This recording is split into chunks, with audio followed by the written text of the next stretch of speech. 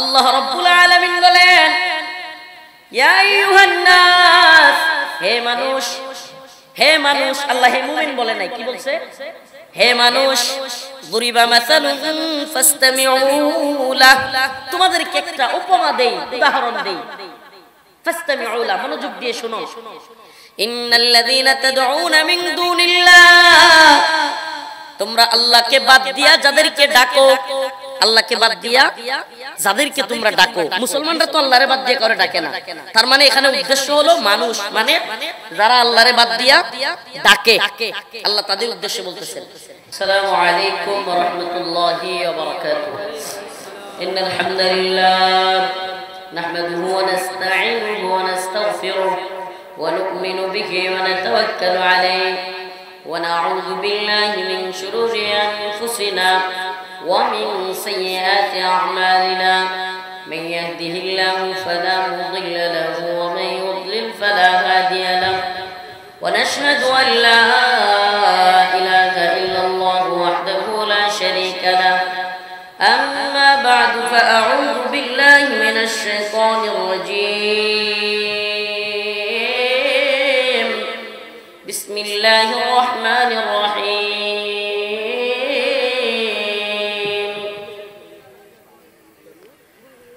يا أيها الناس ضرب مثل فاستمعوا له إن الذين تدعون من دون الله لن يخلقوا ذبابا ولو اجتمعوا له وإن يسلبهم الذباب شيئا لا يستنقذوه منه ضعف الطالب والمطلوب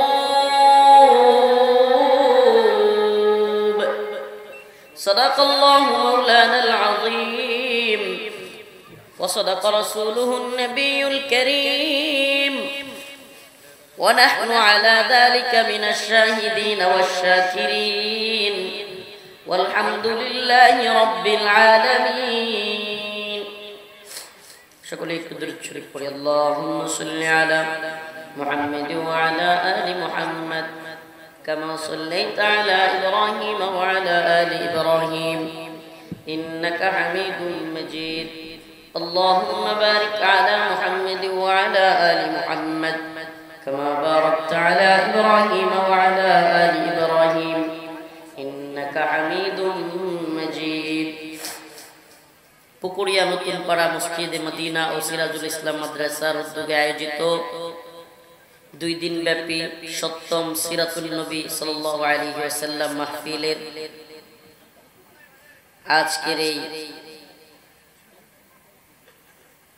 প্রথম দিনে অধিবেশনে সম্মানিত সভাপতি, সম্মানিত উলামায়ে কেরাম, মুরব্বিয়ান আযম, প্রিয় যুবক ভাইরা, প্রথমে আল্লাহ পাকের কাছে শুকরিয়া জ্ঞাপন করছি।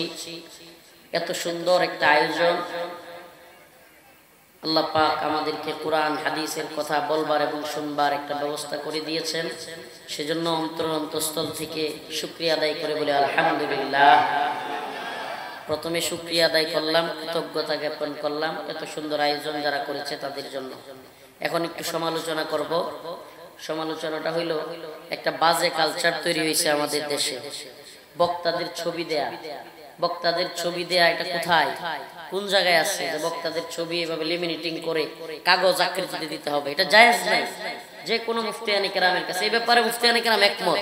ছবি মোবাইলে তোলা এটা নিয়ে ইখতিলাফ আছে, কিন্তু সরাসরি লেমিনেটিং করা বা কাগজে ছবি এটা একেবারে হারাম।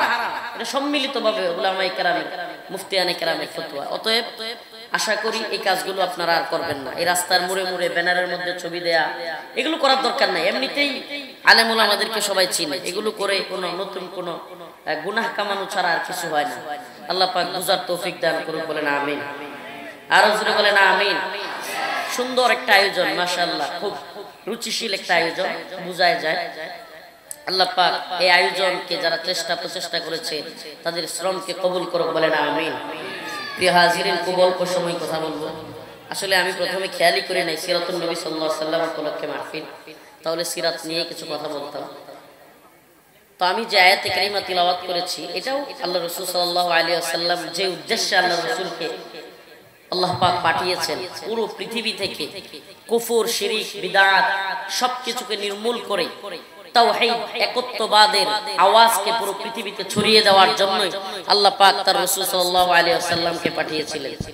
পুরো পৃথিবী থেকে শিরিক, কুফর নির্মূল করে তাওহীদকে প্রতিষ্ঠিত করবার জন্যই আল্লাহ পাক পৃথিবীতে রাসূল সাল্লাল্লাহু আলাইহি ওয়াসাল্লামকে পাঠিয়েছেন।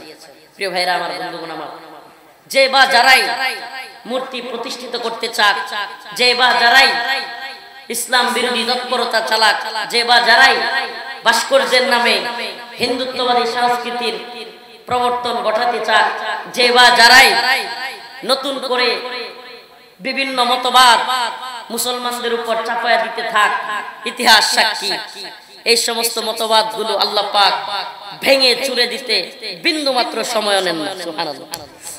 এই তো কয়েকদিন আগেই বাংলাদেশে বিগত 16 বছর একটানা চেষ্টা করা হয়েছে বাংলাদেশে মুজিববাদ প্রতিষ্ঠা করবার জন্য। চেষ্টা করা হয়েছে না হয় নাই? শুধু কি এটা এমন পর্যায়ে নিয়ে যাওয়া হয়েছিল, রাস্তার মুড়ে মুড়ে মূর্তি, টাকার মধ্যে বাবার ছবি, ভাস্কর্য বাবার মূর্তি, পুলিশের, বিডিআরের, র্যাব, আর্মি সকল বাহিনীর বিশেষ দিবসে বল্টু লাগায়া, এখানে বিশেষ বল্টু লাগায়া ছবি, তারপরে আইন আদালতে, ভার্সিটিতে, কলেজে, মাদ্রাসায়, স্কুলে সব জায়গায় ছবি লাগায়া মুজিববাদ প্রতিষ্ঠা করবার চেষ্টা করা। পরিস্থিতি এমন হয়েছিল যে মুজিবের ছবি, মুজিবের ভাস্কর্য সামনে লাগায়া দোয়া করতে হইতো। মুজিবের ছবির সামনে গিয়া, শেখ মুজিবের ছবির সামনে গিয়া ছোট ছোট বাচ্চা মেয়েরা পর্যন্ত এভাবে পূজা করবার মতো নমনম করত। এগুলো ছবি, ভিডিও ভাইরাল হয়েছে, আপনারা দেখে থাকবেন।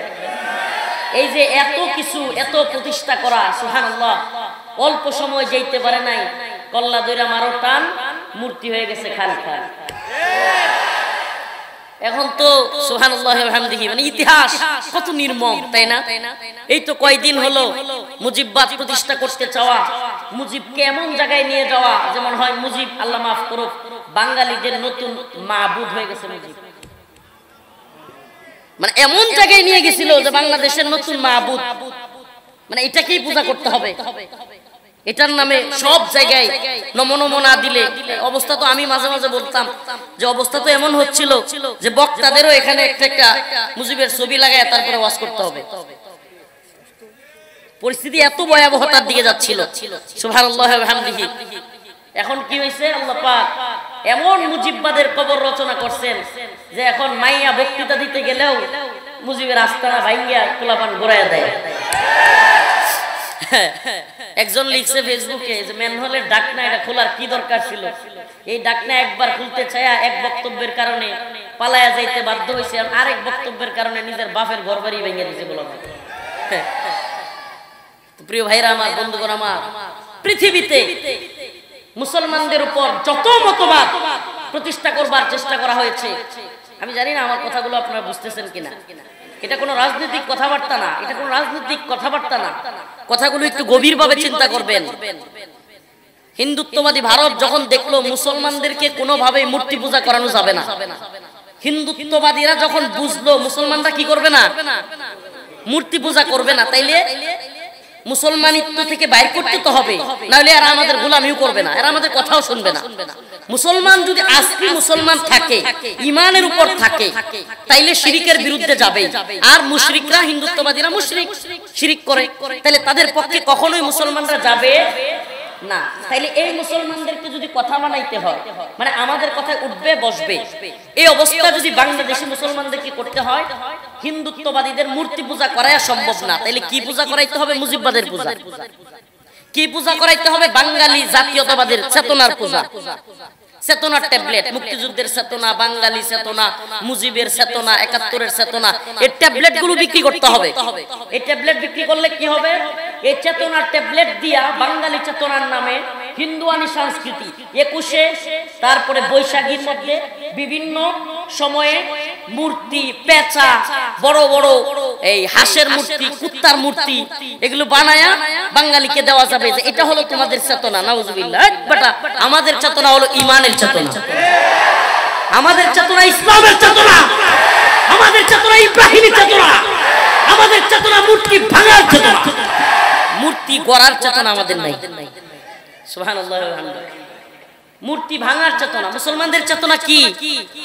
না মূর্তি গড়ার চেতনা? মূর্তির দারওয়ানগিরি করে তো দেখছেন আমাদের এক ভাই সাইফুল ইসলাম আলিফকে শোয়াই দিছে।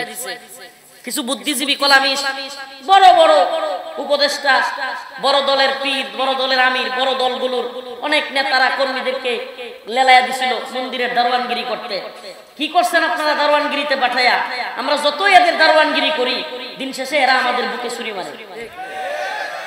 এখনো বোঝার চেষ্টা করেন রবের ঘোষণা। আপনি যত বুদ্ধিজীবী হন, আল্লাহর চাইতে বড় বুদ্ধিজীবী না। আল্লাহ বলছে ইন্নামাল মুশরিকুনা নাজাস, মুশরিকরা হলো নাপাকি। আল্লাহ বলছে ওয়ালান তারদা আনকাল ইয়াহুদ ওয়ালান নাসারা হাত্তা তাত্তাবি'a মিল্লাতাহুম।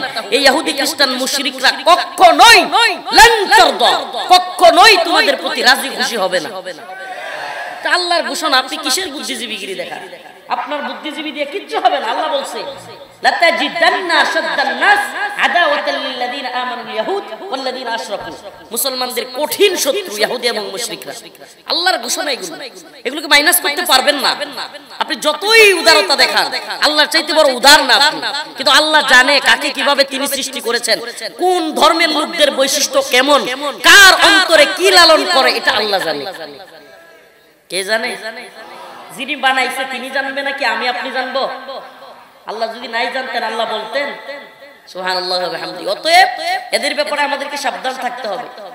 এদের ন্যূনতম ক্ষমতা নাই। আল্লাহ বলতেছেন ইয়া আইয়ুহান নাসু দুরিবা মাতালুন ফাসতামিউ লাহ ইন্নাল্লাযীনা তাদউনা মিন দুনিল্লাহ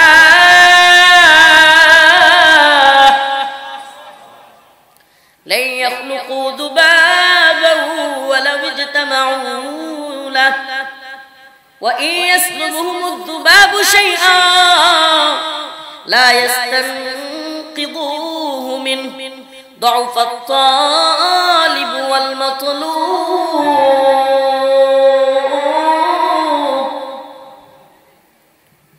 আল্লাহ রাব্বুল আলামিন বলেন ইয়া আইয়ুহান নাস, হে মানুষ, হে মানুষ। আল্লাহ হে মুমিন বলে নাই, কি বলছে? হে মানুষ, দুরিবা মাসালুন ফাসতামিউ লাহ, তোমাদেরকে একটা উপমা দেই, উদাহরণ দেই। ফাসতামিউ লাহ, মনোযোগ দিয়ে শোনো। ইন্নাল্লাযীনা তাদউনা মিন দুনিল্লাহ, তোমরা আল্লাহকে বাদ দিয়া যাদেরকে ডাকো, আল্লাহকে বাদ দিয়া যাদেরকে তোমরা ডাকো। মুসলমানরা তো আল্লাহরে বাদ দিয়ে করে ডাকে না। তার মানে এখানে উদ্দেশ্য হলো মানুষ, মানে যারা আল্লাহরে বাদ দিয়া ডাকে, আল্লাহ তাদের উদ্দেশ্যে বলতেছেন ইন্নাল্লাযীনা তাদউনা মিন দুনিল্লাহ, তোমরা আল্লাহকে বাদ দিয়া যেই মূর্তিকে ডাকো, দরগাকে ডাকো, দুর্গাকে ডাকো, সরস্বতীকে ডাকো, তোমরা যাকেই ডাকো, যেই তাগুতকে ডাকো, যেই জালিমকে ডাকো, যেই পীরকে, যেই শায়েখকে, যেই বাবাকে তুমি আল্লাহকে বাদ দিয়া ডাকো। আল্লাহকে বাদ দিয়া ডাকা মানে যদি কোনো ব্যক্তি আল্লাহর কাছে সন্তান না চায়, বাবার কাছে চায়, তাহলে সে আল্লাহরে বাদ দিয়া ডাকলো না? আল্লাহকে বাদ দিয়া ডাকলো কি ডাকলো না? সন্তান কি বাবা দিতে পারে না? আল্লাহ বলেন না, দিতে পারে কে? কুরবানি দিতে হবে কার নামে? এখন যদি কোনো শায়েখ কিংবা বাবা পীরের নামে দেয়, নাউজুবিল্লাহ, নাউজুবিল্লাহ, বলেন না নাউজুবিল্লাহ। প্রিয় ভাইরা আমার, আল্লাহ বলতেছেন তোমরা দরগা, দুর্গা, সরস্বতী কিংবা যে কোনো নামে হোক, আল্লাহকে বাদ দিয়া তোমরা যাদেরকে ডাকো, লা ইয়াখলুকু যুবাবা, আল্লাহ বলেন এরা একটা মশা মাছি বানানোর ক্ষমতাও এদের নাই। এরা মশা মাছিও বানাইতে পারবে না, এদের এই ক্ষমতাও নাই। সুবহানাল্লাহ। 60 দিন আগে, 60 দিন মাত্র, 60 দিন কেন বললাম? খুব তো বেশি দিন হয় নাই। এই তো সেদিনের কথা। শেখ হাসিনার জুলুম, নির্যাতন, নিপীড়ন বাংলাদেশে এমন অবস্থায় চলছে যে শেখ হাসিনার নাম টামা ফেলে নেওয়া কঠিন ছিল। কথা বলেন না? নাম নিতে পারছে কেউ? নাম নেওয়া কঠিন ছিল। সেই অবস্থা থেকে আজকে কয়দিন হইল, কয়দিন হইল মুজিববাদের আতুর ঘর ছাত্ররা ভাঙ্গা ঘুরাইয়া দিল। আর সত্যি বলেন, কেউ কল্পনা করছেন এইভাবে? কল্পনাও করছেন? মানে এরা মনে করছিল যে মানুষ মনে হয় তাদের নির্যাতন, নিপীড়ন ভুলে গেছে, শত শত আলেম ওলামাকে গ্রেফতার করা, রিমান্ডের নামে নির্যাতন করা, আলেমদেরকে ফাঁসি দেওয়া, দেশের সর্বজন শ্রদ্ধেয় আলেমদেরকে হত্যা করে বের করা, দেশের সর্বজন শ্রদ্ধেয় আলেমদেরকে ঢাকায় জানাজা পড়তে না দেওয়া। মানুষ মনে হয় এগুলো ভুলে গেছে। এরা এদের নাপাকিগুলো কিছুটা আসলে কি, আমি কালকেও আমার মামা বা আমার সবার সঙ্গে এদেরকে বলতেছিলাম, যত লড়বে তত ধরা খাবে। মানে মানুষ কিন্তু হয় কি যে কেউ চুপ থাকলে ইচ্ছা করে তো আর ধাক্কা দেওয়া যায় না, এটা কিছু বলতে হয়। মানুষ কি করে, আপনার এটা বলি, শিয়াল এবং ছাগল, বকরি, দুইজনই পানি খাচ্ছে নদীর মধ্যে। উজানে হলো শিয়াল, বাটিতে হলো ছাগল, বকরি। বকরিকে শিয়াল বলছে তুই আমার পানিগুলা করতেছিস। বকরি বেচারা বলতেছে কি মহাশয় আপনি এটা কি বলতেছেন, আপনি উজানে, আমি বাটিতে পানি কিভাবে গুলা করবো, আপনি না আমার পানি গুলা করতেছেন। কি তুই আমার সাথে তর্ক করছিস বলেই গাড়ি ধরছে, বলেই কোথায় ধরছে, ঘাড়ের মধ্যে।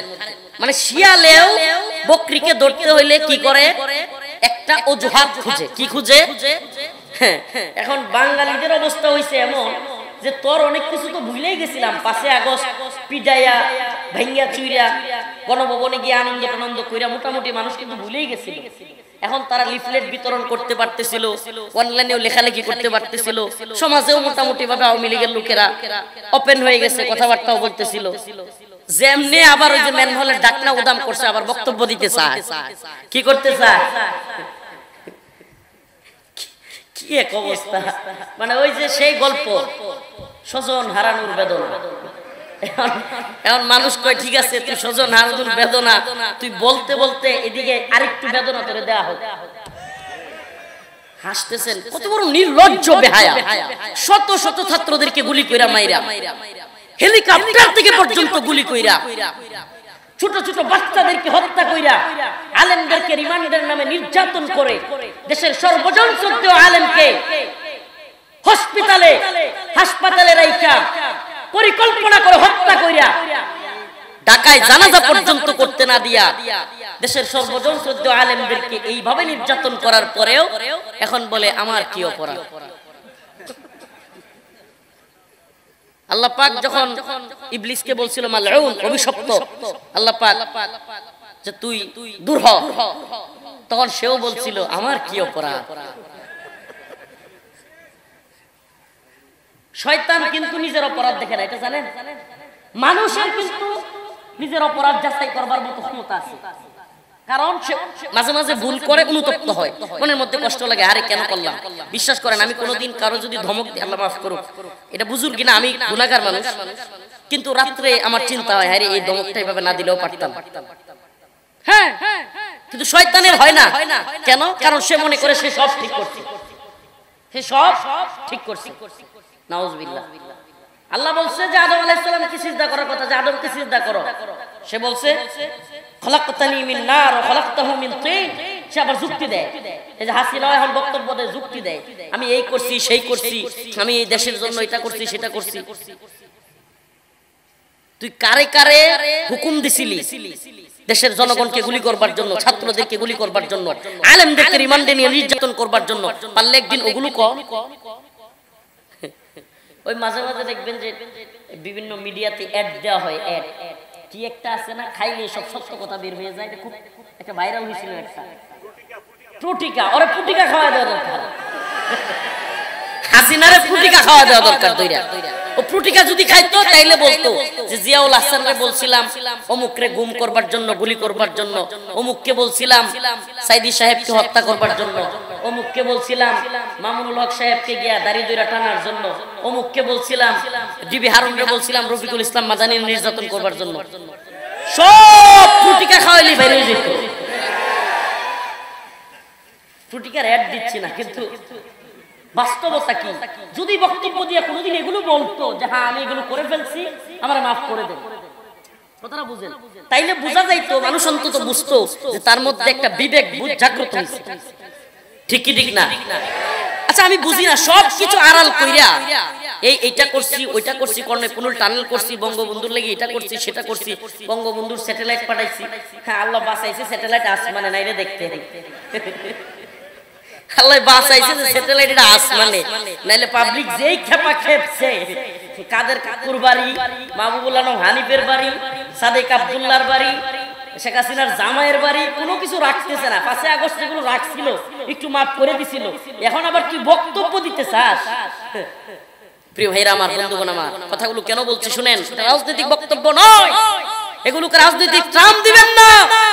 এদেশে মুজিববাদ প্রতিষ্ঠা করতে চেয়েছিল ভারত, এজন্য যে মুজিববাদ প্রতিষ্ঠার মাধ্যমে মুসলমানদেরকে ঈমান থেকে মুজিববাদের দিকে নিয়ে মুসলমানদেরকে ভিন্ন ধর্ম মুজিববাদের দিকে যেন প্রতিষ্ঠা করা যায়। এটাকে আপনি রাজনৈতিক লেভেল লাগাবেন? আমাকে বলেন, বাংলাদেশে কোন রাজনৈতিক দল এইভাবে তাদের নেতাকে পূজা করবার পরিস্থিতিতে নিয়ে গেছে? পূজা করবার পরিস্থিতি, ছোট ছোট মেয়েদেরকে পূজার মতো এইভাবে চুমা দিয়া, দেখেন না আপনারা ভিডিওগুলো, এই পর্যন্ত নিয়ে গেছিল। পুলিশ, বিজিবি, র‍্যাব, আর্মি সকলের এখানে বুকের মধ্যে এরকম বল্টু দিয়া তার বাবার ছবি লাগানো লাগতো। এগুলো কি পূজা নয়? বলেন না, এগুলো কি পূজা নয়? এই মুজিববাদের পূজা। আরে ভাই, ইসলাম মূর্তির বিরুদ্ধে, ইসলামী ভাস্কর্য সংস্কৃতির বিরুদ্ধে। আল্লাহ রাসূল সাল্লাল্লাহু আলাইহি ওয়াসাল্লাম এসেছেন এই মূর্তি ভাঙার জন্য।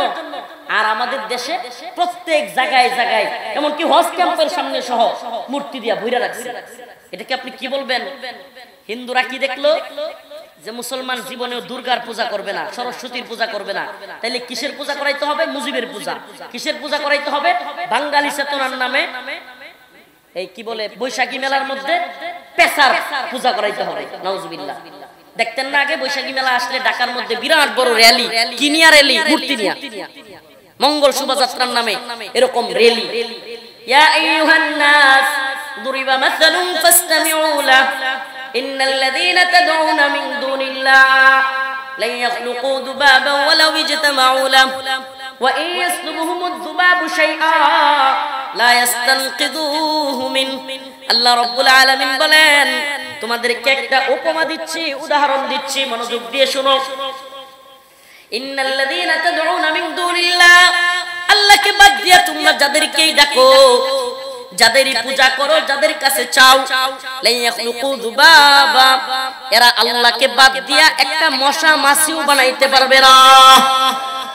ওয়া ইয়াসলুবহুমুয যুবাবু শাই লা ইস্তানকিদুহু মিন।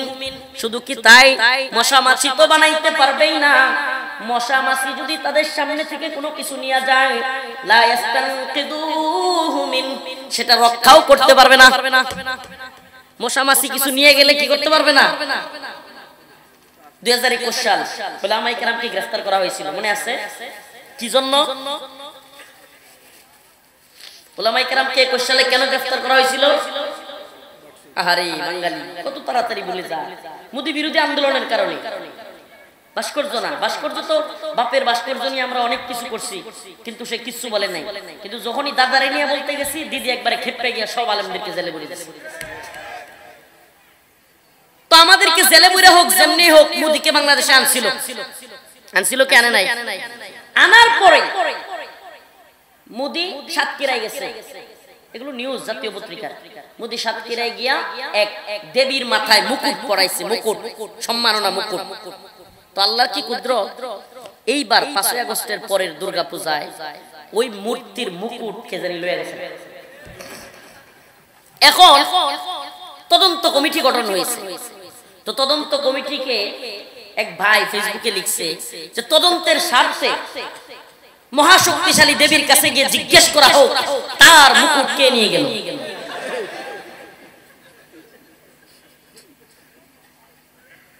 ইন্নাল্লাযীনা তাদউনা মিন দুনিল্লাহ লা ইয়াখলুকু যুবাবা ওয়া ইয়াসলুবহুমুয যুবাবু শাইআ লা ইস্তানকিদুহু মিন। আরে এরা মূর্তি তো বানাইতে পারে, কিন্তু মশা মাছি বানানোর ক্ষমতা এদের প্রত্যেকের সকলের মিলেও নাই। আর যদি সামনে থেকে কিছু নিয়ে যায়, তাইলে সেটা নিজেরা রক্ষাও করতে পারে না। আরে বলেন না, ও মানুষ, ও মানুষ, যেই মূর্তি তার মাথার মুকুট রক্ষা করতে পারে না, সে তোমাকে জাহান্নামের আগুন থেকে কিভাবে রক্ষা করবে? বলেন।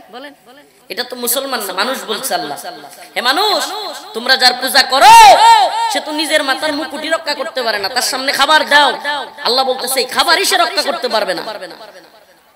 তাইলে সে তোমাকে জাহান্নামের আগুন থেকে কিভাবে বাঁচাবে? বাঁচাইতে পারবে? বলেন না, বাঁচাইতে পারবে? এদের অস্তিত্ব তুমি বানাও, তুমি এদেরকে অস্তিত্ব দাও, এরা তোমার অস্তিত্ব দেওয়ার ক্ষমতা রাখে না। এটা আমার কোনো মুখের কথা না, এটা কার কথা? আল্লাহ নিজে বলতেছেন এরা অস্তিত্ব তুমি দাও, এরা তোমাকে বাঁচানোর ক্ষমতা রাখে না।